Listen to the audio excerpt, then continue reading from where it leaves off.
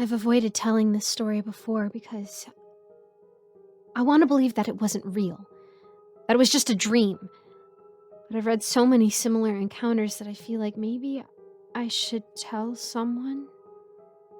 Maybe it was real and something like this really lives out there. I wish I'd known it was possible back then. The story starts at my aunt's house. At the time, my mother and father were going through a divorce. I was about 11 and my younger sister was only 6. The details of the divorce don't really matter, but we were staying at my aunt's house with my mom until she could find a place she could afford on her own. My sister and I were too young to fully understand, so it was almost like a vacation. It helps that my aunt had a really cool house. It was pretty big, even seemed bigger to a couple of other kids. I don't really know house lingo, but it was very modern with 2 long main wings. One side housed the bedrooms and a small library. The other had the kitchen. The kitchen had these huge windows, the kind lots of more modern-styled houses have where they take up the whole wall. Nestled in this wall of windows was a sliding glass door. But my sister and I rarely used it because it was large and heavy and hard for us to open.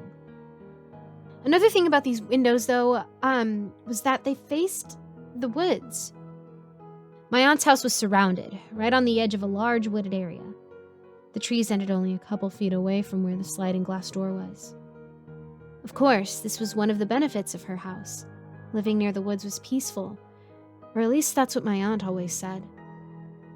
My aunt always had a small sitting area by the windows where she could watch nature, and she told us that oftentimes she'd had little deer walk through, and that she'd even seen a mountain lion once. Anyway, you get the idea. It was a big house with big windows and it sat close to the woods. For the majority of the time that we lived there, we had no issue.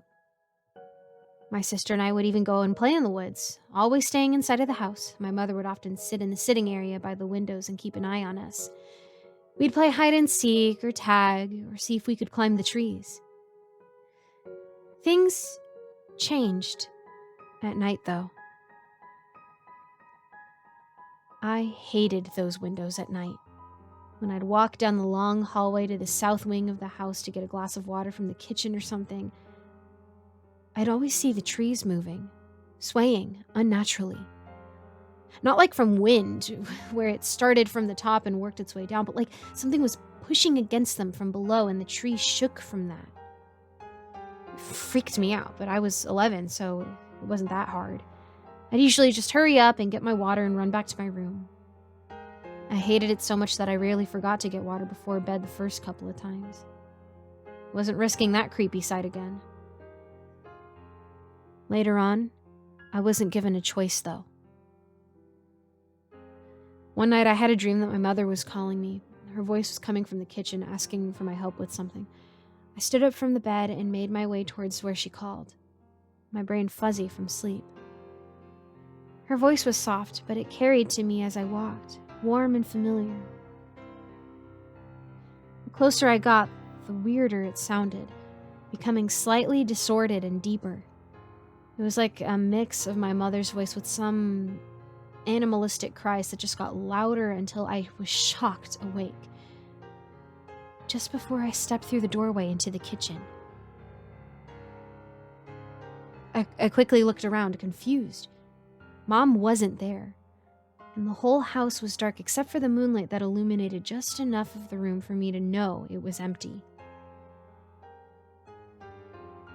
I shrugged it off as a sleepwalking dream, though I'd never had one before, so I turned around and walked back to my room.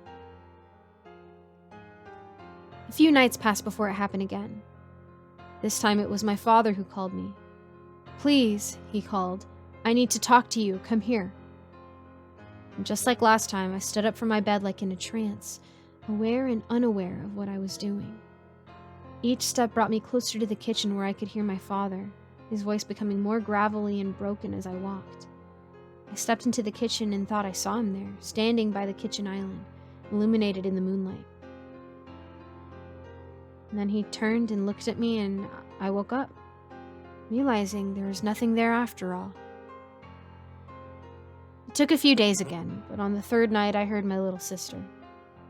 She was crying for me, telling me she hurt herself and she needed my help. I stood up and started hurrying to the kitchen, ever the big sister. This time, I barely noticed when her voice started changing, becoming a distorted gasp as I drew closer. I stepped into the kitchen and saw her. She was not crying on the ground near the windows. I started to walk over to her, but stopped when I realized something. She was kneeling behind the glass. She was outside. Her cries became a laugh, and I startled awake. But I still saw a shape kneel just outside the window. Only, it was bigger, and dark, and misshaped. I screamed in terror, and it moved faster than anything I'd seen before, disappearing into the woods. My mother came running from her room, turning on the lights and comforting me. I told her about the sleepwalking in passing, so she chalked it up to me still having been asleep when I told her about the monster. She walked me back to my room and had me take some sleeping medicine to help me get back to sleep. After that, everything seemed like it might be okay. A week passed, and then 2. My mom found a nice apartment that she planned to move us into. My sister and I were sad to leave, but I was secretly relieved. I'd been on edge every night since it happened, wondering if it would call to me again. But everything was silent until the night before we were meant to leave. I was just starting to drift off to sleep when I heard shuffling outside my door. I froze, certain that the monster had returned to me, that it had somehow gotten in the house and was about to open my door. But the sound simply moved past me and down the hallway toward the kitchen. I stayed where I was, waiting to make sure it wasn't a trick, and then got up as quietly as I could and crept over to the door. I hovered, unsure if I should open it. After a few seconds, I made up my mind to run to my mom's room and wake her up. I slowly cracked open the door and peeked into the hallway towards where the sounds were coming from. There, at the end of the hallway and shuffling into the kitchen, was the form of my little sister. I blinked and then squeezed my eyes shut and opened them again, making sure I wasn't asleep. But no, she was real, and she was disappearing into the kitchen right before my eyes. As I realized this, I also realized I could hear something, a kind of faraway moaning whine coming from the direction she was going. Dread ran up my body, and I looked down the hallway at my mom's door, the opposite direction that was my sister walking. Fear told me to run and get her first, but instinct moved my feet towards the kitchen where my sister had gone out of sight. I ran as silently as I could down the hall and peered around the doorway to look for her. And there she was. She was standing right in front of the windows, her eyes open but glazed. As I watched, I realized the trees were swaying, the same way they used to, but much faster now, and the swaying seemed to be getting closer, moving towards us at an alarming speed. I could hear branches creaking and the trees creak in protest as something hit them, and the moaning whine I had heard from far away was getting louder, sounding like a dying animal. One tree was rocked so violently a flock of birds flew screaming out into the night air. As this was happening, my sister was reaching for something, the lock on the sliding door. Even at 11, I knew something was coming through the woods towards us, and it was running, sprinting right at my sister. I ignored my brain screaming at me to run the other way and raced towards my sister. The noise was all-encompassing now. It had become a screeching so loud it sounded like it was all around me. I grabbed my sister around the waist, pulling her back just before her fingers touched the lock, and I pulled both of us behind the wall beside the windows, just out of sight. The sound stopped. The trees no longer swayed, and the screeching had fallen silent. I could hear my sister breathing frantically, but I held her mouth closed, willing her not to cry. My own breathing was shallow and fast, but as I tried to quiet it, I realized there was another sound. My sister's breathing, my breathing, and the even breathing of something else, standing just outside the window next to us.